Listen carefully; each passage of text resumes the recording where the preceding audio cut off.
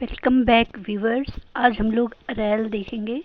तो ये देख रहे हैं फलाहारी बाबा का आश्रम है और अरैल का मेन जो पुराना वो है वो यहीं से शुरू होता है। मेन घाट जो सबसे पहले पक्का घाट बना था वो यहीं पर है। तो काफ़ी पानी है, कुछ ही सीढ़ियाँ बच गई हैं। ये पानी देखिए कहाँ पे यमुना का जल और गंगा जल सारे मिलकर एक हो गए हैं। कहीं भी आप समझ नहीं पाएंगे कि कहाँ से यमुना और कहाँ गंगा और कहाँ सरस्वती है। सारा पानी एक जैसा दिख रहा है। तो ये पूरा जो बैठने की छतरी कुछ उतरते ही कुछ नीचे उतरते ही था वो सारा छतरी तक डूब गया है। तो बहुत पानी है उधर। तीनों एरिया जो है संगम का, मतलब उस पार हनुमान मंदिर और इधर झूसी और सारा मिलकर एक हो गया। कहीं कुछ अंतर नहीं दिखाई दे रहा है, यानी पूरा जो नया कुंभ सिटी बना था उस समय वो सारा पूरा पानी में डूबा हुआ है। ये देख रहे हैं कुछ ही सीढ़ियाँ बची हुई हैं ऊपर बांध तक आने में। सारा का सारा पानी से बहुत लेवल बढ़ रहा। अभी और बारिश हुई तो और ज़्यादा बढ़ेगा। तो अक्सर ऐसा होता है कि इसके बाद पानी कम हो जाता है जनरली, पर अगर बारिश हुई तो पानी अभी और बढ़ेगा। तो ये रैल फलारी बाबा आश्रम यहीं पर है। तो यहाँ से कुछ ही दूर पर है ये देखिए यहाँ पे बिल्कुल बांध और पानी दोनों का लेवल बिल्कुल अलग अगल बगल। ये वहाँ से कुछ ही स्टेप्स पे परमार्थ केंद्र है जो काफ़ी दिनों से बंद था। पहले इसको त्रिवेणी पुष्प भी कहते थे, अब परमार्थ केंद्र के नाम से ज़्यादा जाना जाता है। इनका भी शिविर लगाया गया था, काफ़ी इनके भक्त वगैरह रुके हुए थे। तो ये देख रहे हैं घुसते ही योगासन के विभिन्न मुद्राओं में मूर्तियाँ बनी हुई हैं। और उधर ये दिख रहा है रामेश्वरम टेम्पल है और भी साउथ इंडियन स्टाइल में। या तो रामेश्वरम टेम्पल के ही चारों गेट वगैरह हैं। तो अभी कुछ बताया नहीं गया क्योंकि अभी जस्ट शुरू ही हुआ है। ये जो त्रिवेणी पुष्प है उसके चारों कॉर्नर पे 4 सेंट्स की मूर्तियां हैं, बीच में शंकर जी की मूर्ति है। तो ये देख रहे हैं इधर परमार्थ आश्रम है जिसका भी दिखाएंगे गेट भी। तो ये आगे जाने पर बीच में शंकर जी की बहुत बड़ी मूर्ति है और रामेश्वरम का और भी मंदिरों का रेप्लिका यहाँ पे बनाया गया है। काफ़ी पहले से काम चल रहा था लेकिन अभी ये रुका हुआ था। ये सब देख रहे हैं कोणार्क टेम्पल और टेम्पल्स हैं उनके रेप्लिकास बने हुए हैं। तो ये आगे जाएंगे। ये पहले केवल त्रिवेणी पुष्प ही था। ये यहाँ से इसमें सीढ़ियाँ बनी हुई हैं जिससे ऊपर जाकर पूरे त्रिवेणी का दर्शन होता था, पर अक्सर ये भी बंद ही होता था। मेरे ख्याल से ये जब अटल बिहारी वाजपेयी थे उस समय ही ये बन रहा था, चारों धाम वगैरह त्रिवेणी पुष्प के आसपास, पर वो पता नहीं क्यों इनकम्प्लीट रहा काफ़ी दिनों तक। और अब फिर से इसका रिनोवेशन किया जा रहा है। महाकुंभ के टाइम पे भी ये बंद ही था। तो ये देख रहे हैं अभी भी इसका दरवाज़ा बंद है, तो ऊपर तो नहीं जाया जा सकता, लेकिन इसके चारों तरफ जो हैं दृश्य वो हम दिखाएंगे। तो ये पूरा देख रहे हैं ये भी मंदिर है कोई, पर अभी कुछ बताया नहीं गया ऐसा। काफ़ी ग्रीनरी है, पार्क वगैरह मेंटेन किए जा रहे हैं। ये इंडिया गेट का रेप्लिका बनाया गया है।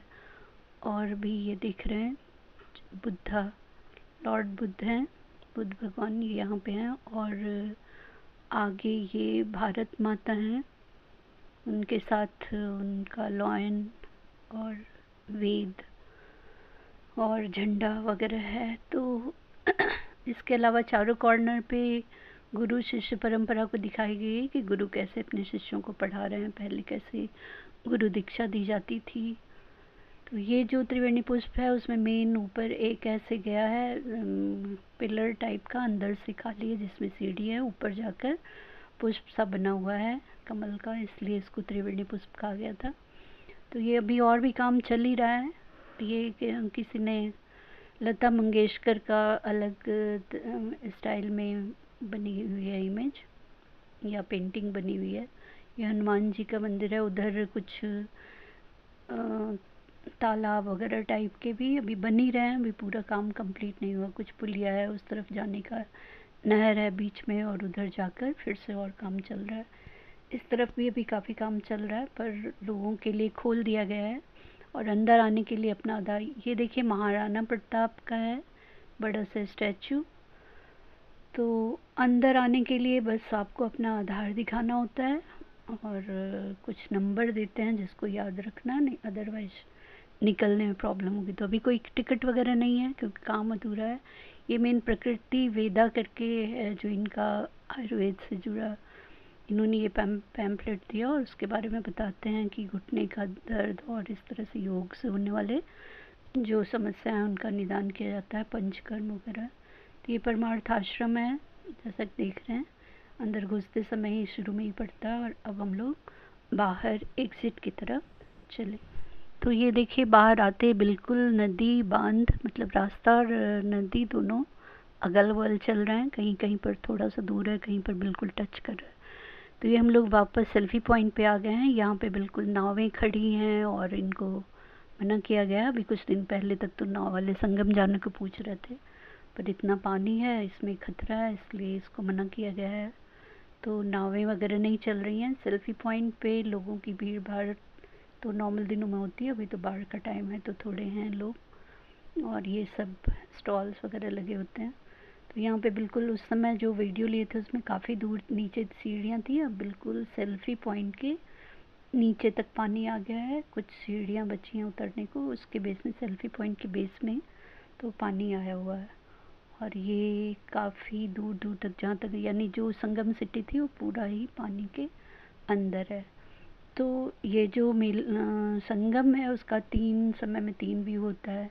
बाढ़ के टाइम कुछ और होता है, महाकुंभ के टाइम कुछ और होता है, नॉर्मल दिनों में कुछ और व्यू होता है। तो अलग अलग समय पे अपना रूप, गंगा यमुना सरस्वती हैं तीनों अपना बदलती रहती हैं। पूरा ये जो संगम सिटी था वो मतलब महाकुंभ सिटी जो था वो पानी में है, टेम्प्रोरी बना भी था। तो ये हमारा जो ऑफिशियल मेला कंट्रोल वाला ऑफिस है वो है यहाँ पे। यहाँ भी देखिए रोड और ये दोनों जो नीचे जाने के लिए रोड बना था वो थोड़ा सा चलकर ही पानी में चला गया। तो ये पूरा ये अभी और बारिश भी हो रही है तो अभी पता नहीं कुछ दिन तो और लगता है लेवल बढ़ेगा। तो यहाँ पे हम लोग ये सोमेश्वर घाट महादेव घाट पे आ गए हैं। यहाँ भी थोड़ा सा ही बचा है और पूरा कीचड़ हो रहा है, बारिश अब बहुत तेज़ हो गई है तो अब और तो नहीं लिया जा सकता। तो वापस अब चलते हैं सोमेश्वर महादेव टेम्पल को दर्शन कर लें। अभी सावन चल रहा है तो उसमें भी रुद्राभिषेक और कल तो सोमवार है तो उसमें काफ़ी तैयारी वगैरह चल रही है, पर बारिश काफ़ी तेज़ हो गई है। सोमवार मतलब इस समय तो वैसे भी बहुत पूरे सावन तक रुद्राभिषेक वगैरह की वजह से बहुत भीड़ ही होती है और सोमवार। तो चलिए इसी के साथ आप सबका बहुत बहुत धन्यवाद। Thank you.